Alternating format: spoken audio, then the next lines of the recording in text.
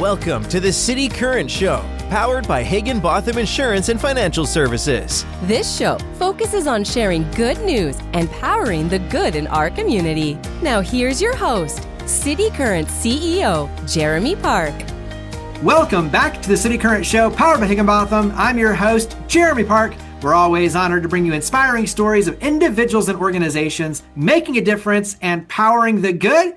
And we always love having guest speakers come on the show. In this case, you're in for a treat. She was on American Ninja Warrior, not once, not twice, but 6 times. She's a biochemist turned fitness trainer and coach. She was Miss Fitness America in 2016, 3 times a cover girl, and of course, a keynote speaker. We're talking with Angela Gargano. Angela, how are you doing? I'm great. How are you doing today? I'm doing well.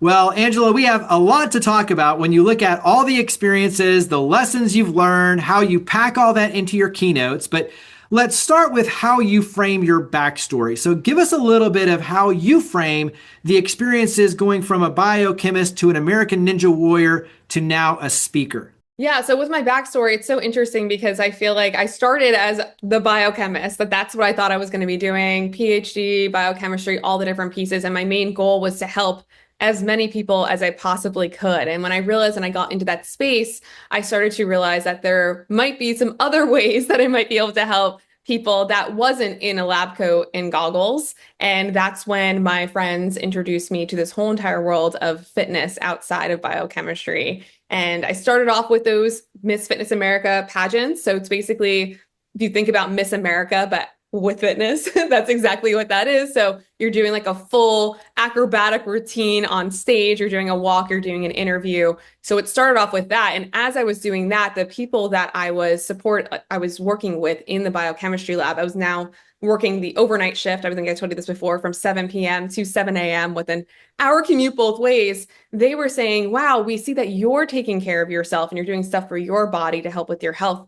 Can you help us with that as well? So it actually started in there. And I started to help all the people in the biochemistry lab and teaching them how they can eat well, still work their job and still focus on themselves and really integrate it together. And that's where everything really opened up for me. And I wound up quitting that job and then opening my own gym for a little while. And that turned into American Ninja Warrior and all those different pieces. But it really stemmed for that one piece if I really wanted to make sure that I was being able to help people within their lives. And it just evolved into something so much bigger than I never could have imagined. Well, I know that American Ninja Warrior it wasn't necessarily a fluke, but you weren't planning on it. And so you were helping a friend and you were convinced to go along and pursue it as well. And so give us a little bit of you can't pick your favorite moment and, give us maybe one special moment from your time on American Ninja Warrior, the 6 times you were on. Yes. I mean, was on it 6 times. Like you said, I accidentally got on the show. My friend was trying out for it. I had never watched it before, but the videographer at the time who was making the videos, makes video submissions for American Ninja Warrior. And he was like, I really feel like you should try out for this too. And when you have those moments where you're like, I don't want to step on somebody else's toes and do what they're doing, but I was kind of in the back of my head, like, honestly, maybe I could do this. And thank goodness for that person who had that extra faith in me. He said, let's throw in a video. So we throw in the video and I accidentally get a call a couple months later I was just on a podcast talking about this the other day. It was actually in Nashville. And the guy calls me and he's like, you've been accepted to American Ninja Warrior, like with that voice, with that. I thought it was a fluke. I'm like, I don't know how to do. And he's like, you need to ninja in 2 weeks. You're going to be flown out to ninja in 2 weeks. So that was already like a moment of, wait, I don't even know how to ninja. Like what's a ninja?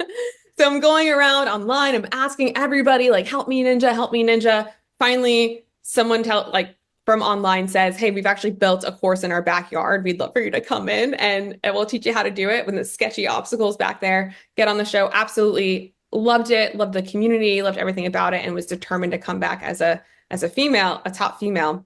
But I got rejected 2 times after that. So I tried it again, didn't get on, tried it again, didn't get on, but I was really into this whole ninja thing. And then finally get on to season 10 again, ready, able, super excited and thriving through the course. And it's interesting. I want to say this is my favorite moment, even though it's not going to sound like it, but I'm cruising through the course. Everyone's like, she's going to be the next top female. I had 1 obstacle to complete. I actually do complete it, but when I land, I actually tear my ACL on the show in front of everyone. And again, while it seems like maybe that wouldn't be your favorite moment, that actually was the moment that really shifted everything for me and really became this opportunity to do what I'm doing right now. Share a little bit about community, because we have a mutual friend, Alex Weber, and he talks a lot about how community helped him, really learn the power of American Ninja Warrior in terms of the training aspect. I think this is something that will start shifting us toward your speaking. But when you talk about community helping you, encouraging you to even go on the show, right? Like others helping you through the process to create success. Talk about what community was like within American Ninja Warrior for you.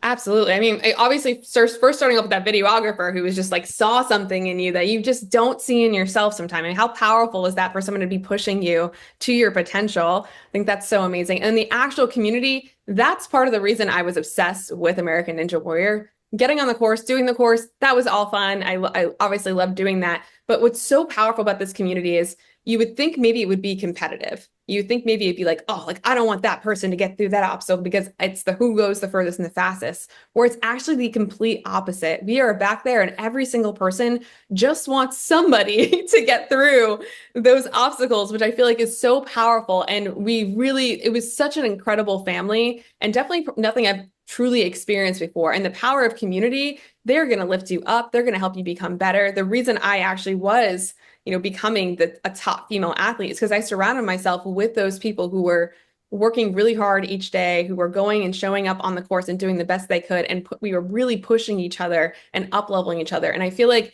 community, you can think that you could do it by yourself, right? Mentally, you're like, oh, I can just do this ninja stuff on my own. But when you have community, you're going to get there faster, you're going to get further, and you're going to feel supported and have fun along the way, which I think a lot of people, especially now, are craving. You're craving that community and they're craving having that support in order to get them to the next level, which they may not fully see just yet, because when you're in it, it's really hard to zoom out and fully see your potential.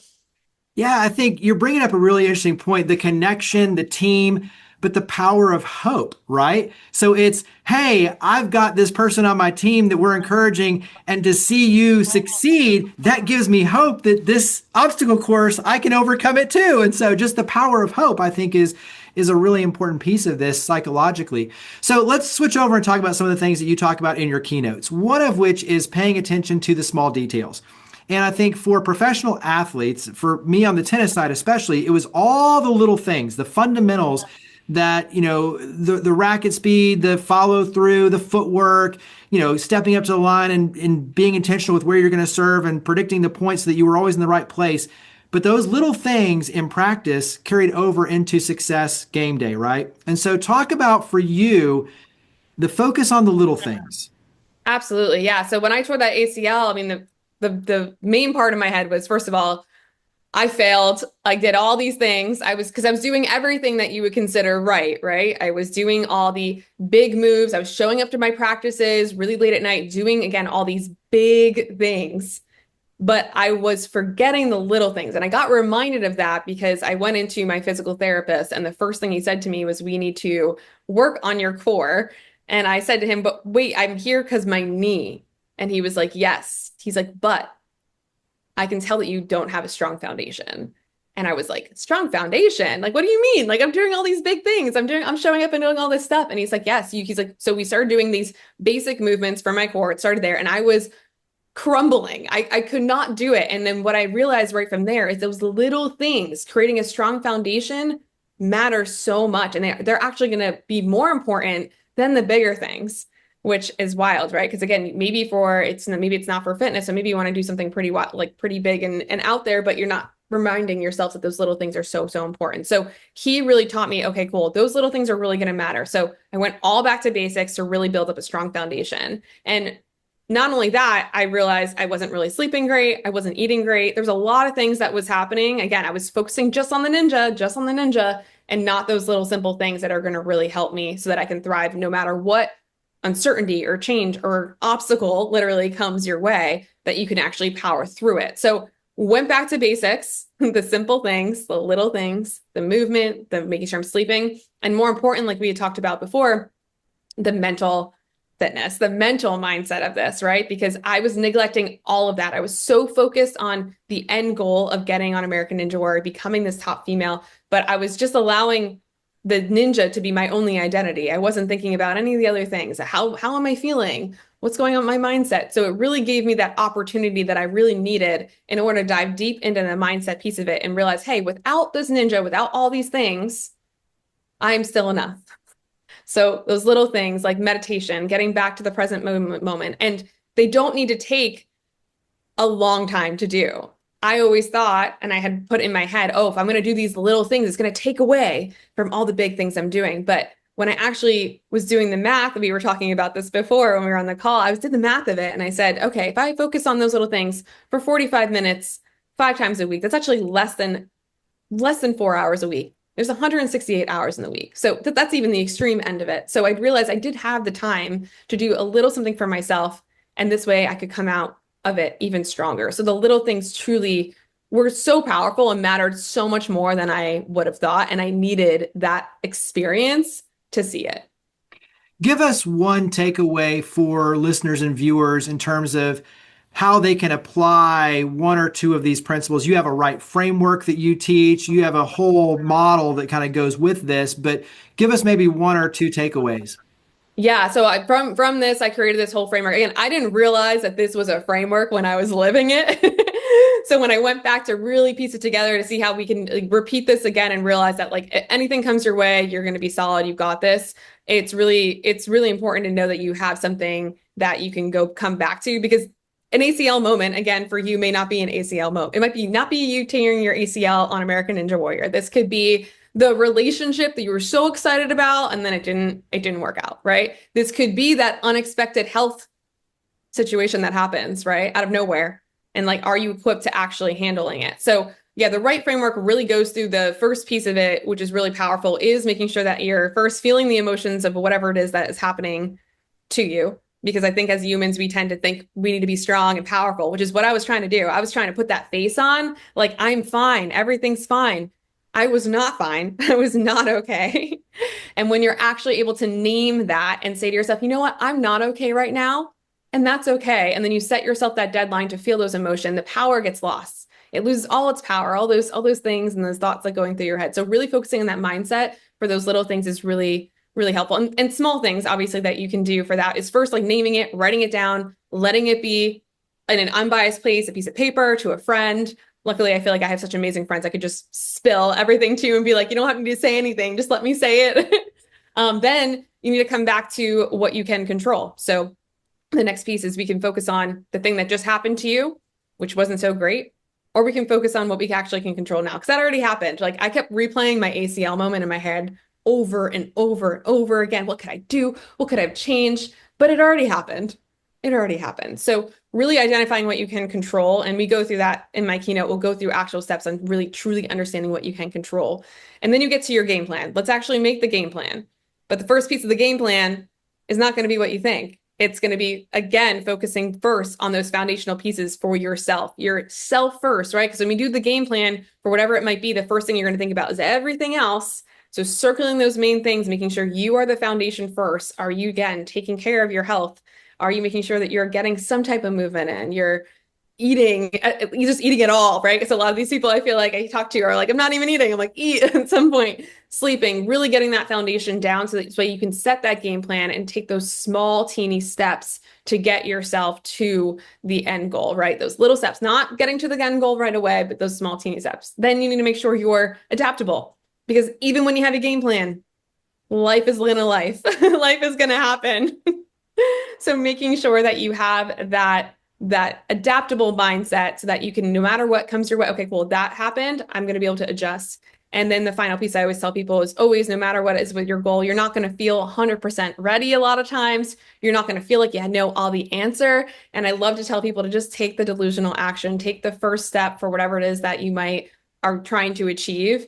Even if it feels a little crazy, that little bit of courage, use it, take the step forward, and then you can just keep repeating this process. But I feel like I've used this now so many times. And even this past year, as I've really refined this framework, anytime something happens now, I'm like, wait, I got the framework for it. Like I'm like, oh, I can just go back and just go through these steps, and I'm actually going to be able to come out of this even stronger, and it's going to be a little less painful. It's still going to not feel great, but it's going to be a little less painful in the process. I like that you can use your own framework. So, one of the other things that you talk a lot about in your keynotes, and I think for athletes especially, you really struggle with this mental side of kind of preparing for the worst, like always going in and instead of expecting success and being positive with your mindset, you're always like, well, am I good enough? Am I going to have a bad day? I'm not as good as them, like whatever it is. And so there's this self-doubt. And so talk about that side of expecting success. Absolutely. I mean, our minds are always going to go to the worst case scenario. That's just what happens. We are human. And what I've learned so much about this is that is our mind trying to keep ourselves safe. So that fear is not actually real. And that's a powerful thing to realize. The fear isn't actually real. The fear is the stories that your mind is going to tell yourself, because your mind wants you to stay right here. It wants you to stay in your comfort level. It doesn't want you to have these unexpected things happen. It doesn't want you to take the chance or do the thing. It wants you to keep you right where you're at, and it's just to keep you safe. So recognizing that, listening to it and saying, okay, is this fear actually real? Is this a real fear that I'm having? Or is this a story my mind is telling me? And hey, we can, again, look at it, because we're always going to have that. I've talked to the most successful people and I've asked them all these questions. They all have the same. They're like, no, I have all those thoughts. They're like, I have all those thoughts, but they just allow it to say, hey, I'm recognizing it. I hear you. I see these stories, but it isn't necessarily real. And you have to continue to take the first step and always think about that feeling. And this is what I had to do when I was journaling, which is, what if it all goes right? That phrase, for some reason, I would journal every single day after coming back from my ACL. And I realized at first that I honestly didn't even know what going right looked like. I kept thinking, what's not going to go right? This isn't going to go right. This isn't going to go right. And then I was like, wait, but if it did go right, what would that even look like? And journaling that each day, reminding yourself that there can be a best case scenario. And a lot of times when I was writing it, the things would either come true or it would be better than I had imagined. It was something I couldn't even fully comprehend was going to happen yet. So that what if it all goes right mindset, I mean, that's what my keynote is called now. That's what my book is going to be. It's truly, I utilize it every single day, and it can help anybody get through that worst case scenario thinking. Well, this is one of those conversations, Angela, where you and I could go on forever. So we'll definitely have to have you come back on the show. But go ahead and wrap up with where we can go to learn more. Where can we go to follow you and your speaking? Absolutely. Yeah. So my website, you can go to www.angela-gargano.com/speaking. So I have everything on there. I've got some talks you can look at. I've got a reel on there, and also all the different pieces that we can do with, whether it be for leadership or whether it be for wellness. A lot of times that kind of integrates and ties into it both, but I'll go through my right framework and we'll customize it to your audience to make sure that they get everything that they need, depending on what is happening right now in the space. And we were talking about this before, but a lot of things that we're seeing right now is that uncertainty, the overwhelm, the fear of failure, a lot of those pieces, but wanting actual actionable steps that you can actually do. So you're not just leaving inspired, you're leaving with something that you could literally do that day to take that one step forward.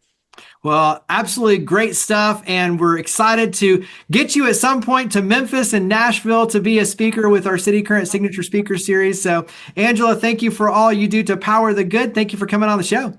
Thanks so much for having me. Higginbotham Insurance and Financial Services is proud to power the City Current Show. We're a people-first company that protects what matters most, the families, businesses, and trailblazers that keep our community going. As one of the nation's top independent insurance firms, Higginbotham is a single-source solution for business insurance, employee benefits, HR services, and personal insurance that's customized for you. We're here to serve you, the people you care about, and your community. Call 866-377-1959 or visit higginbotham.com.